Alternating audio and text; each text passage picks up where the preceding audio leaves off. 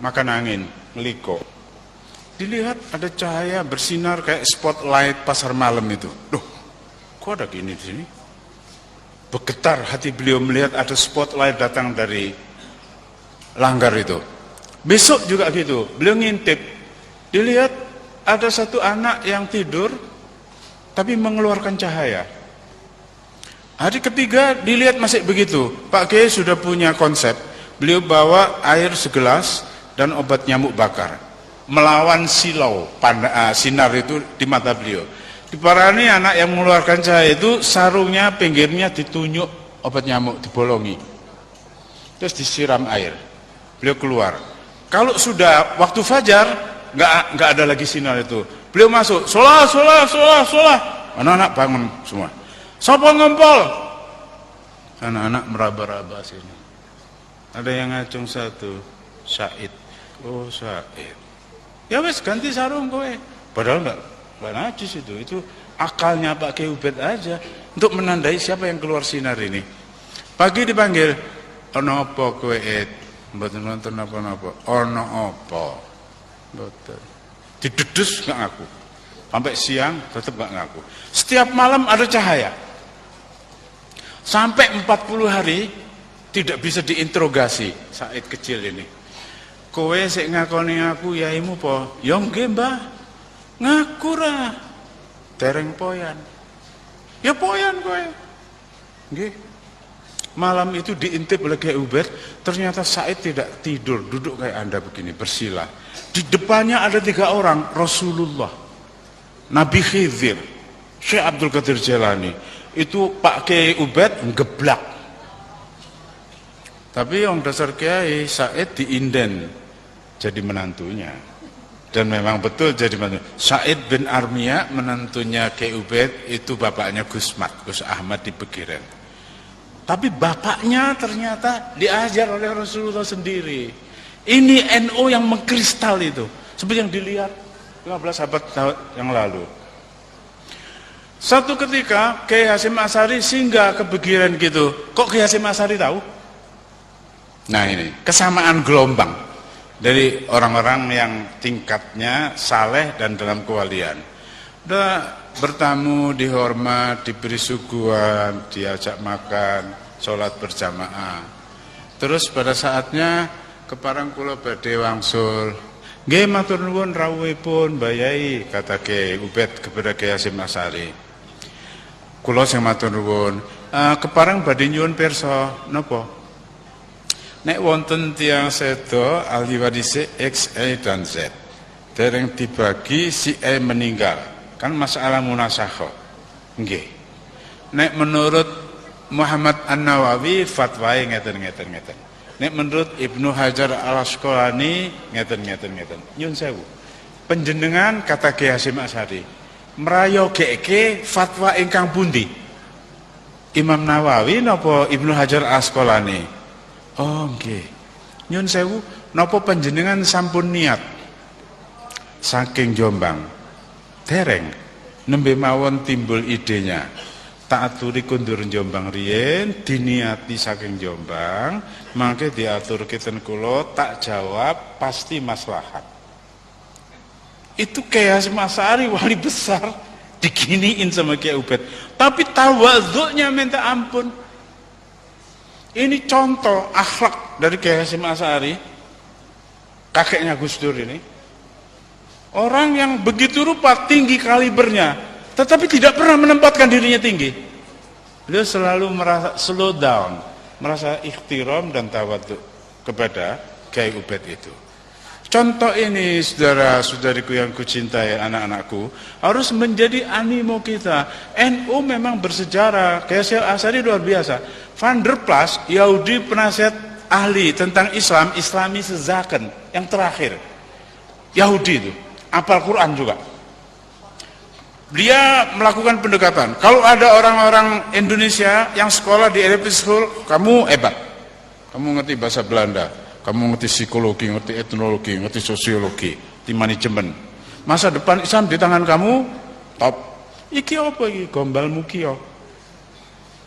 Jadi orang-orang yang tradisional itu, ini adu dombanya Yahudi, Van der Plas ini. Orang yang sekolah di sekolah Belanda dipuji-puji, kamu hebat, masa depan Islam dengan kamu oke. Ini racun yang ditanam Belanda. Orang yang dipuji-puji ini nanti akhirnya menjadi orangnya rasionalis, tidak ikhtiram lagi dengan orang yang berada pada posisi seperti Kiai Hasyim Asy'ari.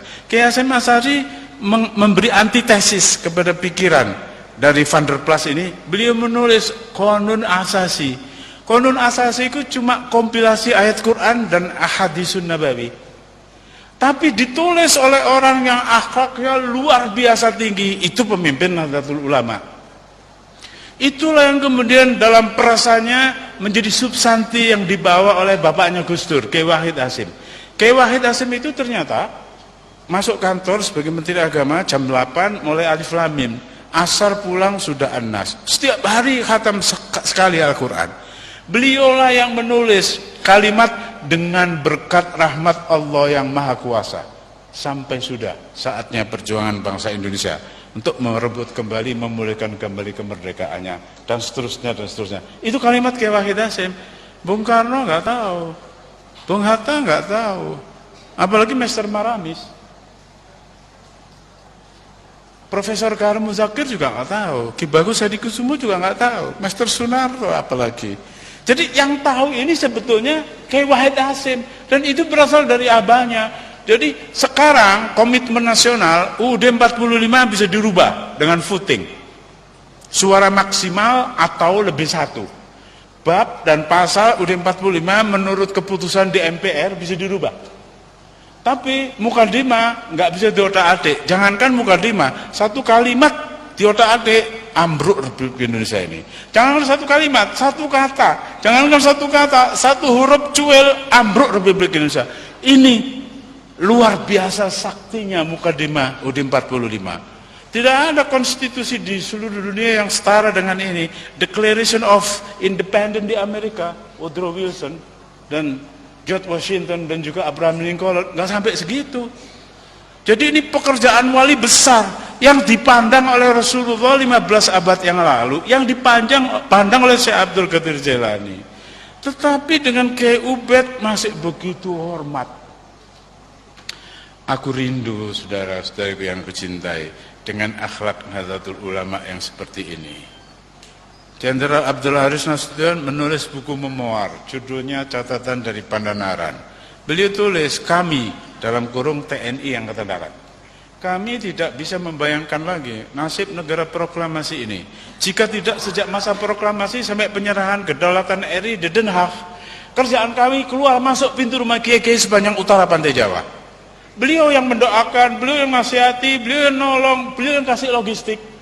Jadi Abdul Haris Nasution itu ngerti banget posisi ulama, dan kulluhum Nahdlatul Ulama.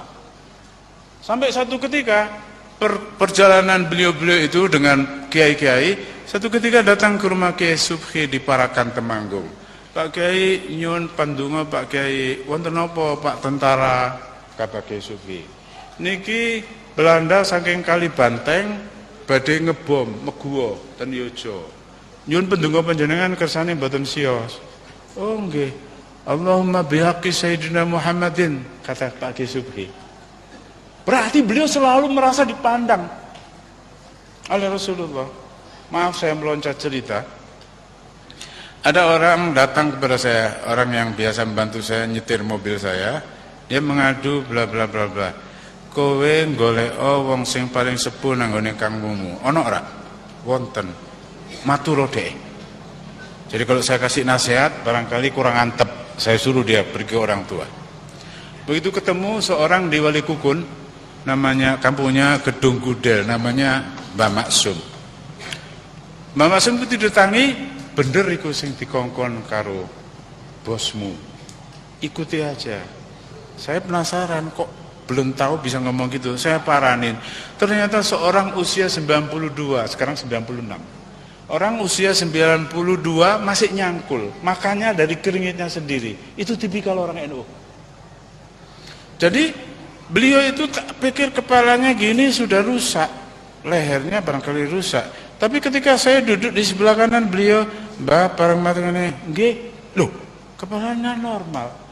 Rupanya Mbah Maksum ini selalu merasa di depan beliau ada Rasulullah. Setiap hari membaca sallallahu alaihi Muhammad 1000 untuk dunia dia, 1000 untuk barzah dia, 1000 untuk akhirat dia, 1 untuk gandeng tiga sesuk.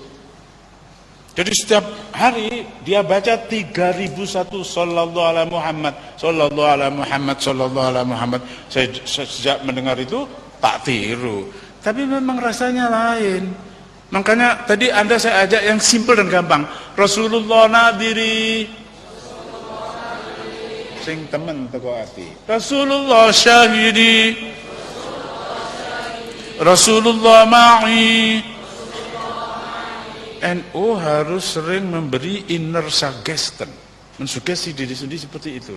Saya orang sembrono. Ahli sunnah wal jamaah itu artinya merasa Rasulullah berada di depan kita, walaupun beliau sudah 15 abad yang lalu lewat. Insya Allah hikmah dari kita berkumpul malam ini untuk hal Syekh Abdul Qadir Jailani, supaya kita bisa merasakan Syekh Abdul Qadir Jailani itu hidup. Barangkali akan saya ceritakan supaya gampang. Ada cucu Syekh Abdul Qadir Jailani yang ke-17, guruku, namanya Syekh Muhammad Nazim. Beliau PhD on Chemistry dari Istanbul University. Beliau wafat bulan Sya'ban yang lalu. Saya ketemu beliau tahun 98 ke London.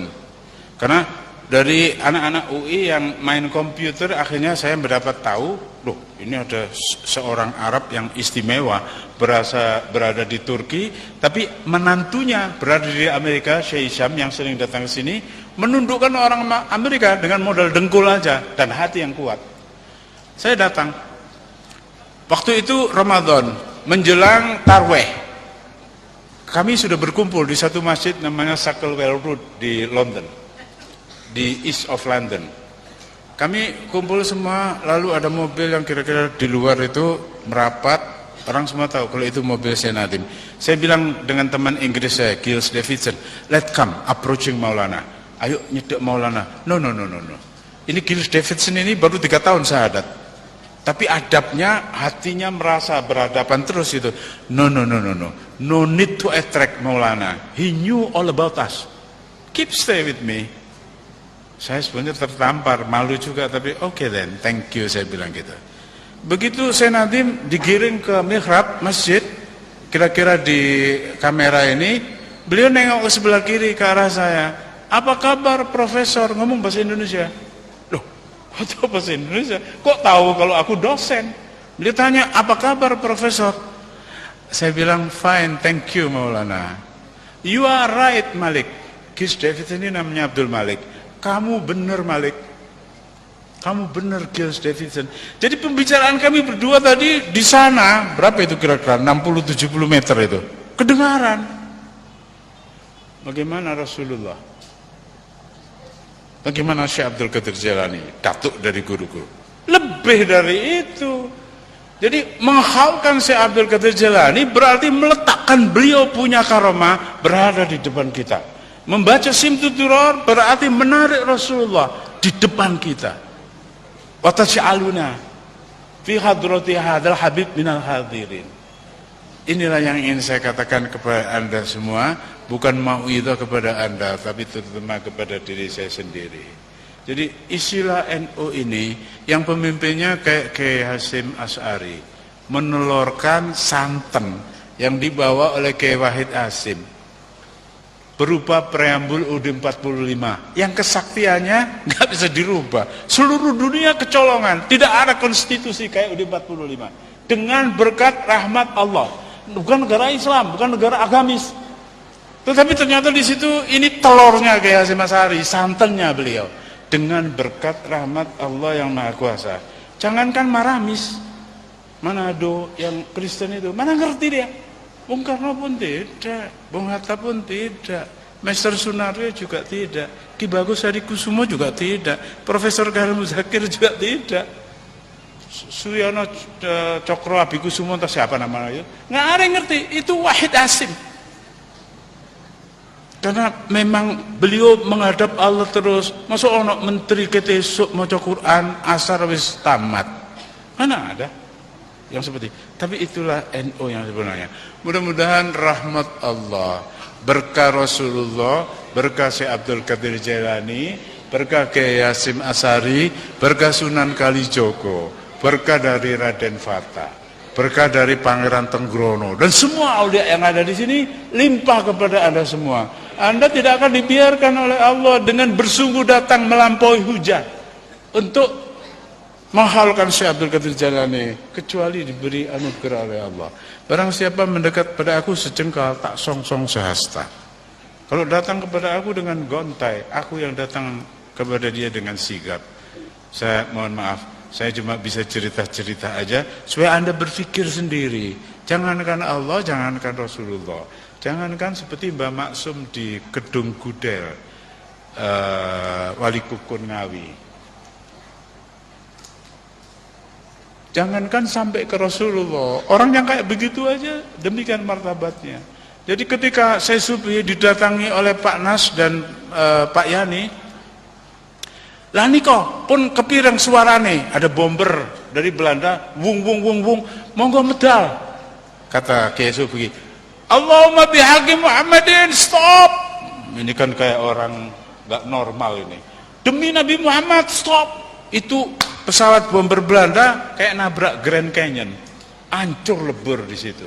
Ini matanya Ahmad Yani, matanya Pak Nas melihat sendiri. Bagaimana beliau tidak yakin? Dan buku catatan dari Pandanaran itu sekarang tidak bisa dijumpai lagi di pasaran. Sudah ada yang nebas dan dimusnahkan. Karena kalau itu terbaca oleh banyak orang, orang-orang kayak Anda, orang Nahdlatul Ulama ini akan besar hatinya. Jumlah kita yang banyak hanya akan dipakai untuk menjadi voters dalam pemilihan. Tetapi hal-hal yang sebenarnya kalau tidak kita sendiri, kalau tidak Anda sendiri yang menghidupkan sebagai ruhaniyah untuk berhadapan terus dengan Allah, untuk berhadapan terus dengan Rasulullah, dengan aulia, insya Allah dengan begitu Nahdlatul Ulama akan survive, akan menjadi everlast. Insya Allah yang saya katakan ini adalah keyakinan. Mudah-mudahan kalau benar Allah sendiri yang akan memudahkan untuk kita.